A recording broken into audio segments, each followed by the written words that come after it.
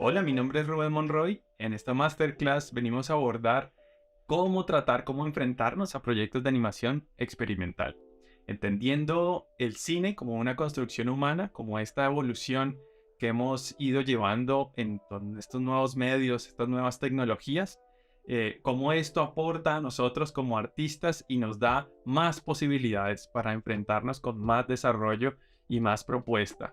Mm, Empezaremos hablando sobre John Grierson, este director y este fundador, uno de los fundadores de la National Film Board de Canadá, con uno de los postulados acerca del documental.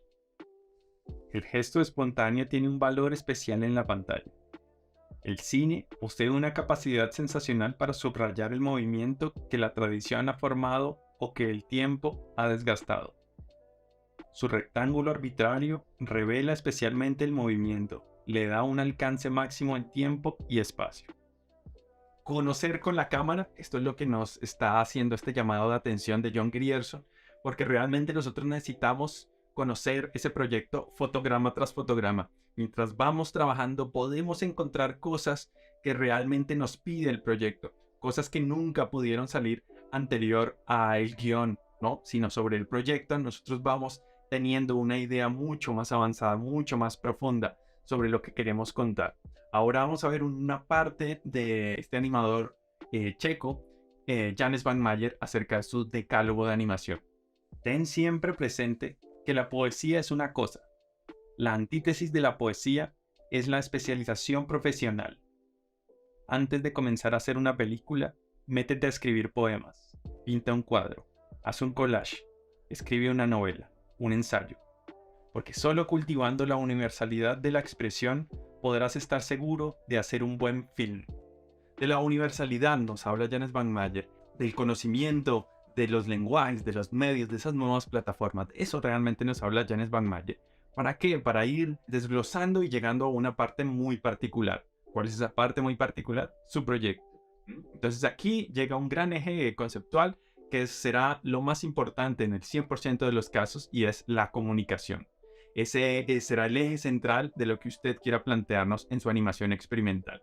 Esa comunicación debe tener una idea, un verbo prima de su proyecto en el cual usted pueda describirnos su proyecto con una o dos palabras máximo. ¿M? La sociedad, la política, la cultura, no sé, el hambre, cualquier expresión que usted necesite. Y después necesita usted un enfoque. Ese enfoque usted lo va a lograr sumergirse en un proyecto ya muy personal. Exactamente lo que usted nos quiera brindar, lo que usted nos quiera mostrar de esa idea, estará en dónde, en su enfoque. Se debe pensar qué cosa es más importante, si la experiencia del ojo o la del cuerpo. Se dé siempre la prioridad al cuerpo, ya que el tacto es un sentido más antiguo que la vista y es una experiencia más fundamental. Además, en la civilización audiovisual contemporánea, el ojo está notablemente cansado y deteriorado. La experiencia del cuerpo es más auténtica, libre del lastre del esteticismo. Y después de usted tener este gran desarrollo, usted se va a encontrar con una gran pregunta, y es, ¿cómo va a expandir su animación? ¿Será que solo se va a quedar para plataformas y para cine y para televisión? ¿O hay otros medios en los que su idea sea mucho más coherente y mucho más satisfactoria mostrarla al público? Porque para ellos es que tiene que usted que trabajar, ¿no? Para el público.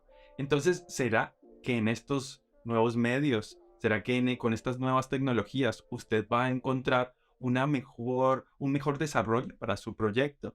Entonces aquí viene algo que usted realmente tiene que conceptualizar y es qué pasa con la técnica y qué pasa con la narrativa. En la plataforma, cada una de esas plataformas, desde un flipboard, desde un praxinoscopio, hasta una realidad aumentada o alguna actividad performática, usted tiene que entender cuál es el desarrollo conceptual, cuáles son las necesidades de dicha plataforma. Porque ahí usted entenderá que su proyecto no es exactamente el mismo, ¿no es cierto? De esas cuatro esquinas del cine o de la televisión. Todos sus proyectos se vuelven muy particulares y realmente allí usted va a poder encontrar que su proyecto se potencia enormemente encontrando la plataforma en donde usted se pueda expresar de una mejor forma. cuanto más profundo entres en una acción fantástica, más detallista debes ser. En este punto, es necesario confiar enteramente en tu experiencia del sueño.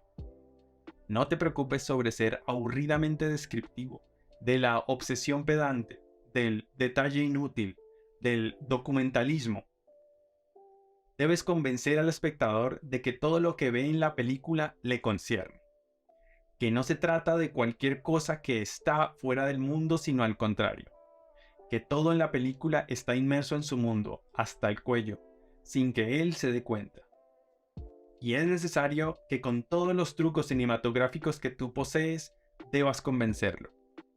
Svanmayer nos quiere mostrar en esta cita una reflexión acerca de la sinceridad, de cómo abordamos nosotros los proyectos de la forma más honesta, más particular. Ya habíamos hablado de qué pasaba de la particularidad a la universalidad, y al contrario, nosotros aquí creo que estamos entendiendo que los proyectos de animación experimental son realmente lo que somos nosotros, lo que tenemos adentro.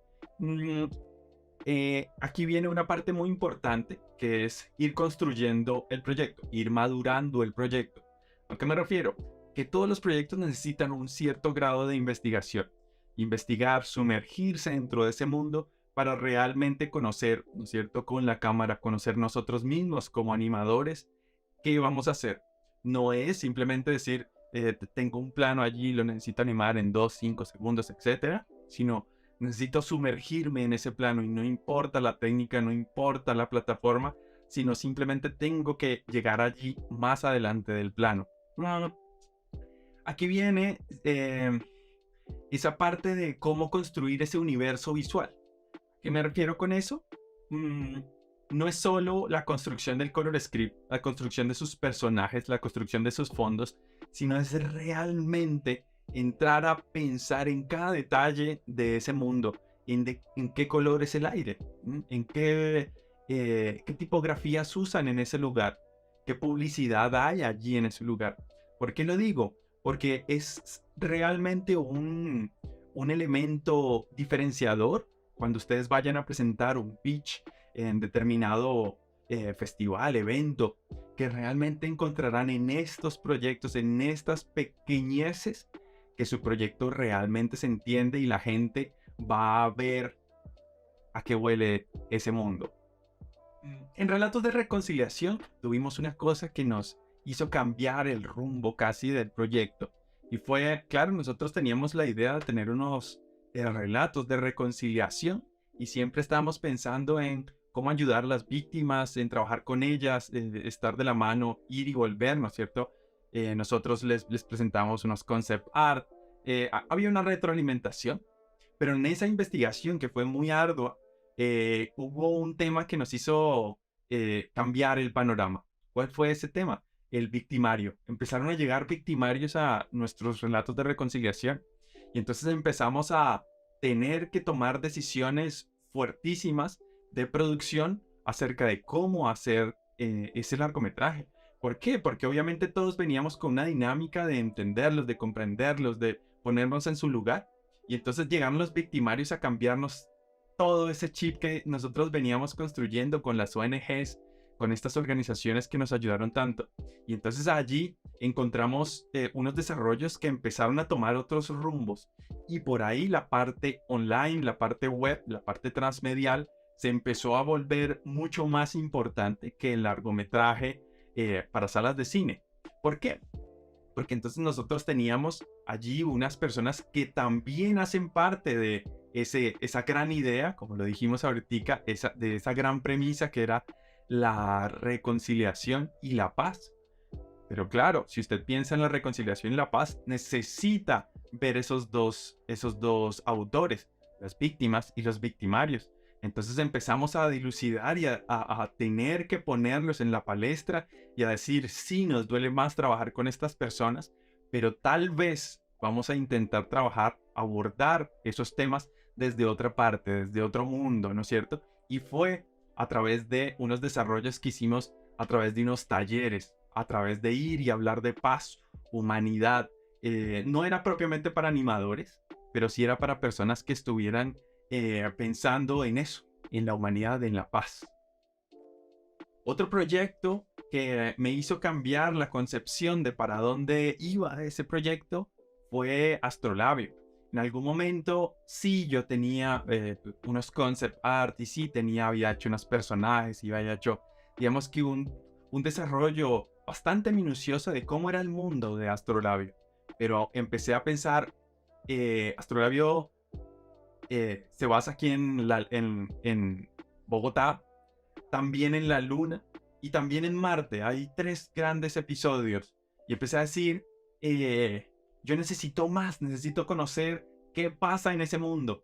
Y empecé a pensar en la necesidad de hacer una tipografía para Marte, una tipografía para la Luna, una tipografía también para Bogotá. ¿Por qué? Porque obviamente la necesitaba para las publicidades. A ver, ellos qué consumen, ¿no? ¿Qué consumen esas personas por allá en un futuro lejanísimo? ¿Será que consumen las mismas cosas que nosotros? ¿Son tan fríos como nosotros? ¿Son tan capitalistas como nosotros? Y esa serie de preguntas me empezó como a llevar a que esa parte como de diseño gráfico del mundo fuera súper sólida en ese proyecto.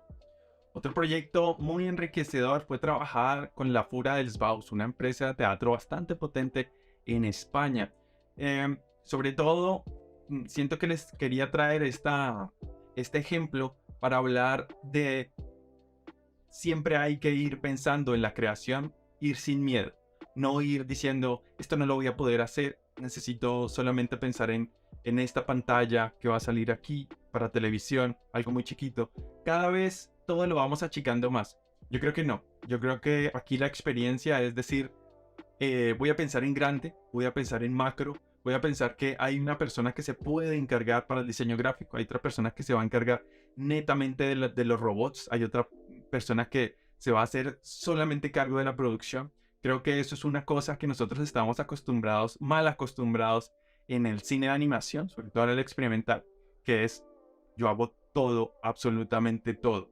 Y creo que en las manos, creo que en las llaves, está realmente la potencia de la animación.